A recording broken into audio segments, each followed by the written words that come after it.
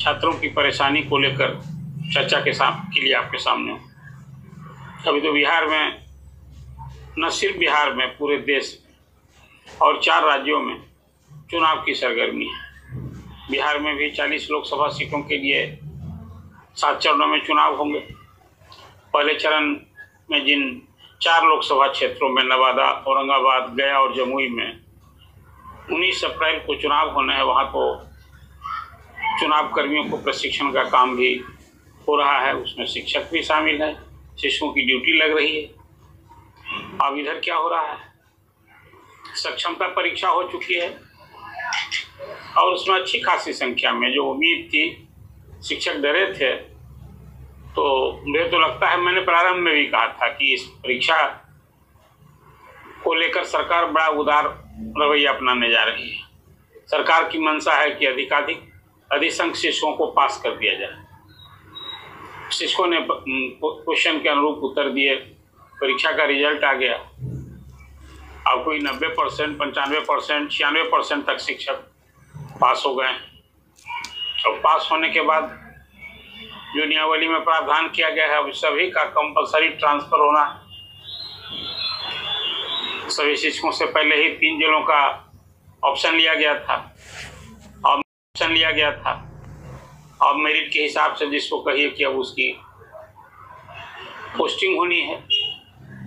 अब इसको तो सरकार ऐच्छिक ट्रांसफर कह रही है, लेकिन मैं मानता हूँ ये ऐच्छिक है नहीं, ये कंपल्सरी ट्रांसफर है। मतलब वर्षों से जो स्कूल में शिक्षक पढ़ा रहे हैं, अब उनको उस स्कूल से विदाई होनी है। सरकार तय करेगी कि अब जो नए जिले में जाएंगे वहाँ किस स्कूल में उनकी पोस्टिंग होगी। इस शिक्षकों के लिए एक सचमुच भारी परेशानी का सबब है।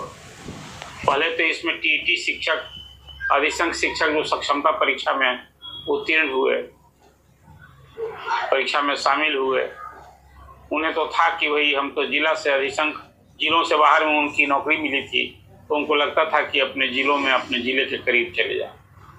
लेकिन मैं सैकड़ों की संख्या में शिक्षकों से मैंने बातें की और उसमें 1-2 बात को छोड़कर ही मुझे इस तरह से शिक्षक मिले जिनको कि अभी जो इस परीक्षा में पास होने के बाद उनका जो अभी ट्रांसफ़र होगा, कंपलसरी ट्रांसफ़र होगा, उसको लेकर परेशान नहीं दिखे।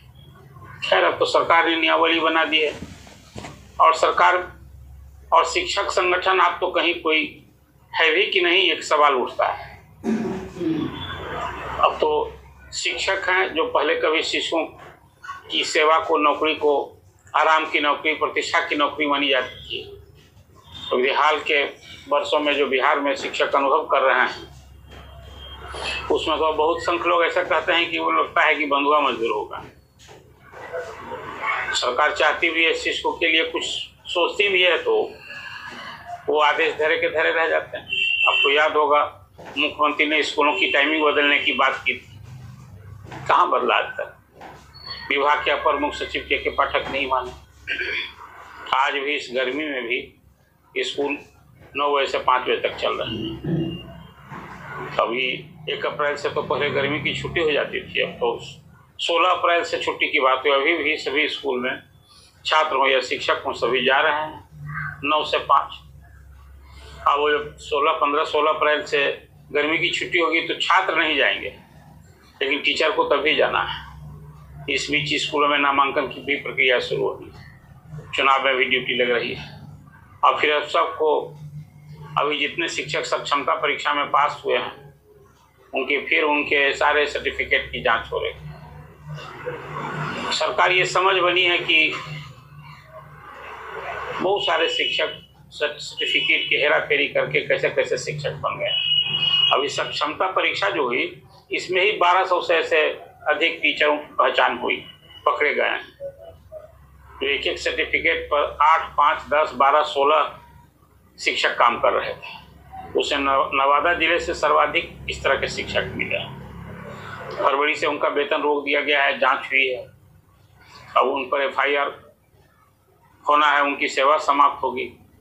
और विभाग और सरकार की समझ है कि इस सक्षमता परीक्षा में जो शिक्षक नहीं शरीक हुए, जिन्होंने फॉर्म नहीं भरा है या नहीं भरना चाहते हैं, अब ये कहीं ना कहीं उसमें बहुत सारे शिक्षकों के साथ लगता है कि इसी तरह की सर्टिफिकेट की गड़बड़ी हो सकती है। हालांकि हाईकोर्ट से भी शिक्षकों ने वहाँ जो याचिका दायर की थी, एक रिलीफ तो मिला। तो शिक्षक सक्षमता परीक्षा पास नहीं करेंगे उनकी नौकरी नहीं जाएगी, और जो परीक्षा देंगे नहीं उनकी भी नौकरी नहीं जाएगी, वो सभी नियोजित शिक्षक ही रह जाएंगे। लेकिन ये तो सरकार पहले भी भरोसा दे रही थी कि वही किसी शिक्षक नियमावली में प्रावधान था जरूर, लेकिन खुद ही के पाठक ने भरोसा दिलाया था कि नहीं, 3 बार नहीं 4-5 बार परीक्षा होगी, 3 बार ऑनलाइन और 2 बार ऑफलाइन परीक्षा होगी। और शिक्षा मंत्री जब विजय कुमार चौधरी थे, उन्होंने भरोसा दिलाया था कि भाई किसी की नौकरी तो जानी नहीं, नौकरी के जाने का सवाल नहीं। खैर, अब एक इशू हुआ, मैं तो मानता हूँ हाईकोर्ट से कोई मेजर रिलीफ नहीं मिला। अब जो शिक्षक अभी विशिष्ट शिक्षक बनने जा रहे हैं, इस क्षमता परीक्षा पास होने का, उसमें अधिकांश शिक्षकों की एक दूसरी चिंता है कि उन्हें वेतन का प्रोटेक्शन मिलेगा नहीं, पे प्रोटेक्शन मिलेगा कि नहीं मिलेगा। बहुत सारे आपको याद होगा 1500 से मासिक पर जो शिक्षक मानदेय पर बहाल हुए थे, आज उनमें 44,000 तक वेतन मिल रहा है। अब ऐसे लोगों की शिक्षकों की चिंता है कि यदि फिर वो अब विशिष्ट शिक्षक बनेंगे तो उनकी क्या स्थिति हो। उनका वेतन संरक्षण का एक मामला है, सेवा की निरंतरता का भी मामला है। हालांकि कहा गया है कि नहीं, जो ये शिक्षक करेंगे वो उनकी सीनियर जूनियर होने का जो सवाल है, हालांकि बीपीएससी से शिक्षक जो उत्तीर्ण हुए हैं उसके बारे में सरकार की समझ कुछ और है, और विशिष्ट शिक्षकों के बारे में कुछ दूसरी समझ बनी है। अब तो एक स्कूल में 3 श्रेणी के शिक्षक हो गए, एक बीपीएससी से पास अध्यापक, दूसरा सक्षमता परीक्षा पास विशिष्ट शिक्षक, और तीसरा जिन्होंने परीक्षा नहीं दी या पास नहीं किए फिर उन्हें अवसर मिलेगा। तो अभी नियोजित शिक्षक, कुल मिलाजुला कर एक अजीब स्थिति बिहार में अभी बनी है। और अब तो शिक्षक संगठन भी लाचार हो गए हैं, कहाँ जाएंगे वो। विभाग के अधिकारी नहीं सुनते हैं तो सरकार के पास जाएंगे, मुख्यमंत्री के पास जाएंगे, तो सरकार के पास जाएंगे, मुख्यमंत्री के पास जाएंगे, शिक्षा मंत्री के पास जाएंगे। तो अभी तो शिक्षा मंत्री जो बने हैं वो भी आप सभी जानते हैं, वही नौकरशाह से राजनेता बने हैं, आईपीएस ऑफिसर रहे हैं। और सुनील कुमार तो के पाठक की हिसारी, ये शिक्षक सुधर गए, मतलब शिक्षक अब समय से स्कूल जाने लगे। अब वो पहले जो एक आम अनुभव था कि शिक्षक, बहुत सारे शिक्षक स्कूल नहीं जाते हैं, समय से तो जाने की बात ही बहुत कम होती है। एक स्थिति निश्चित रूप से बदली, लेकिन शिक्षकों की जो सचमुच परेशानी है, वास्तविक परेशानी, उसको भी एड्रेस किया जाना चाहिए, उनके समस्या का निदान होना चाहिए। और मैं अभी भी मानता हूँ शिक्षा विभाग में जो खासकर महिला शिक्षकों की जो संख्या इस हद तक बढ़ गई है, तो उनकी परेशानी को भी तो देखनी होगी सरकार को। सभी शिक्षक भी परेशान हैं, लेकिन अब जो कुछ हालत आज बनी हुई है, शिक्षक को वेतन बंद हो जाने के डर से, नौकरी समाप्त होने जाने के भय से, अब वो कोई विरोध का स्वर तो कहीं नहीं देखने को मिल रहा है। दूसरी ओर के पाठक ने सुधार के लिए जो कुछ कदम उठाए हैं, उसमें कुछ कामों को लेकर, फरमान को लेकर तो पहले ही एक नाराजगी थी, आम शिकायत थी, बहुत सारा जो फरमान जारी किए। और अभी स्कूल में जो स्कूल में डेस्क और बेंच और कुर्सी की जो खरीद हुई सप्लाई है, उसको लेकर एक आम शिकायत हो रही है। क्या हुआ शिवा? मर्डर। माहिम स्टेशन का टॉयलेट के प्रोस्टिट्यूशन का अड्डा रहा है। The killer is still out there. उसका अगला टारगेट कौन है, ये हमें पता ही नहीं।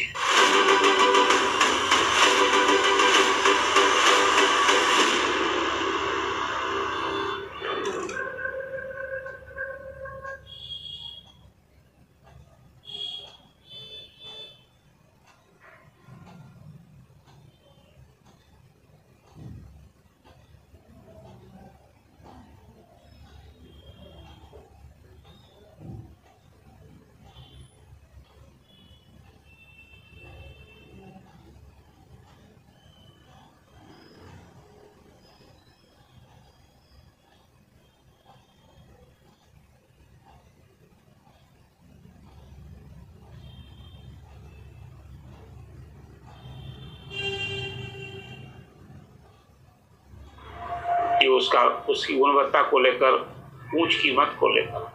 तो के पाठक की जो छवि है मुख्यमंत्री की नज़र में एक ईमानदार अधिकारी हैं, कर्तव्यनिष्ठ अधिकारी हैं, तो ये आम शिकायत है, इसको निश्चित रूप से उन्हें एड्रेस करना चाहिए और समय रहते कहीं ना कहीं बहुत कठोरता से, पारदर्शिता तरीके से इसकी जांच होनी चाहिए। और जहां ये शिकायत सुनने को मिल रही है कि बेंच और कुर्सी की जो सप्लाई हुई है, खरीद हुई है, उसमें अनियमितता हुई है, गुणवत्तापूर्ण नहीं है, वहाँ कड़ी से कड़ी कार्रवाई होनी चाहिए, ताकि ये सरकार की भी छवि का सवाल है। और वो तो मानते हैं कि अरबों रुपए की खरीद हुई है, सप्लाई किया गया है, जिस किसी को एजेंसी को दिया गया है। एक मसला है जिसको निश्चित रूप से सरकार को, तब के पाठक को इस पर ध्यान देना चाहिए। नहीं, अभी तो के पाठक विभाग में तो जो कुछ कर रहे हैं अपने विभाग में, उच्च शिक्षा में अभी भी वही हालत बनी है। राजभवन से टकराव दूर होने का नाम नहीं ले रहा।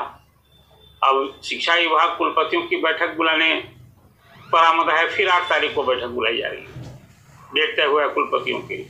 और राजभवन लगातार मनाही कर रहा है कि जब कुलपतियों की बैठक विभाग बुलाए तो उसमें नहीं जाना है। अब फिर एक मामला चल पड़ा है। पिछले दिनों तो शिक्षा मंत्री के नाम पर बैठक बुलाई गई थी, शिक्षा मंत्री नहीं गए तो कुलपति भी नहीं गए। अब एक समस्या अजीब है, इस पर इसका निदान कब होगा? चुनाव तो अपनी जगह है, लेकिन यहाँ कोई सरकार है, ये सरकार दिखनी चाहिए। आखिर नौकरशाही का ये मिजाज कितना उचित? ठीक है, पाठक एक अच्छे अधिकारी हो सकते हैं, लेकिन उनके सारे कामों की सराहना और समर्थन करना कहाँ तक उचित है, कहाँ तक व्यवहारिक है? ये खासकर बिहार में शिक्षा जगत के लिए, शिक्षकों के लिए, छात्रों की परेशानी को के मद्देनजर इस पर विचार करना जरूरी है। अभी जो बिहार में शिक्षकों में एक ऊहापोह की स्थिति है, इस संबंध में एक आपके सामने हमने संक्षिप्त चर्चा रखी है। और मैं उम्मीद करता हूं कि चुनाव में जो शिक्षकों की भी हालत है, कहीं ना कहीं ये रोष कहीं झलका, तो फिर जो सत्तारूढ़ दल है उसे तो इसका खामियाजा भुगतना पड़ सकता है। तो समय रहते सरकार को शिक्षकों के परेशानी को सुनने को मिल रही है, उस पर ध्यान देना चाहिए। आपदा प्रबंधन विभाग की ओर से तो अपर मुख्य सचिव ने फरमान जारी कर दिया है कि अब ये लू के मद्देनजर क्या करना चाहिए, क्या नहीं करना चाहिए। स्कूल में खासकर बच्चों की सेहत को ध्यान पर स्कूल की टाइमिंग बदलने तक की बात कही गई है कि आप सवेरे से स्कूल 11 बजे तक कीजिए, या फिर जो दिन भर काम होता है उसको आप शाम को 2 पाली में कीजिए। लेकिन कौन ध्यान देगा? के पाठक तो इस पर भी विचार करना चाहिए, कितना व्यवहारिक है विषय। अब जो गर्मी तपने लगी है और इसमें आप स्कूल फिर वही 9 से 5 चला रहे हैं, कितना व्यवहारिक। तो फिर मैं आपके सामने बिहार में स्कूलों की दशा दुर्दशा, शिक्षकों की परेशानी, छात्रों की परेशानी के संबंध में एक चर्चा की है। आप अपना कमेंट दीजिए, द न्यूज़ वर्ड्स को सब्सक्राइब जरूर कीजिए। और फिर अभी शिक्षकों की कौन सी परेशानी पर हमें ज़्यादा ही ध्यान देने की ज़रूरत है, सरकार का ध्यान आकृष्ट करावें, और इस पर आप अपना कमेंट जरूर दीजिए। तो दोस्तों, आप लोगों ने स्पष्ट रूप से सुन ली पूरी बात। यहाँ पे इन्होंने स्पष्ट रूप से क्लियर कर दी है। जो भी हमारे छात्र नेता हैं वो लोग लगातार समर्थन कर रहे हैं। उनका स्पष्ट रूप से कहना है कि आने वाला समय जो है वो बेहतरीन होगा और कहीं ना कहीं कुछ अच्छे फैसले जो है वो लेने होंगे। और उन्होंने ये भी संदेश दिया कि के पाठक जो हैं वो काफ़ी अच्छे कह सकते हैं कि निरीक्षक हैं और बहुत सख्ताई रखते हैं। तो टीचरों के लिए कहीं ना कहीं जब से के पाठक आए हैं तो कुछ अच्छा ही हुआ है, सख्ताई बरती गई है शिक्षा व्यवस्था में और गुणवत्ता में जो है महत्वपूर्ण सुधार जो है वो देखने को मिला है। तो कहीं ना कहीं बहुत अच्छी बात इन्होंने कही और आगे भी कहा है कि भाई आने वाले समय में जो है हम बेहतरीन कार्य करेंगे शिक्षा के क्षेत्र में। तो दोस्तों, अगर वीडियो पसंद आए तो शेयर कीजिएगा और इस वीडियो में इतना ही दोस्तों। धन्यवाद। जय हिंद, जय भारत।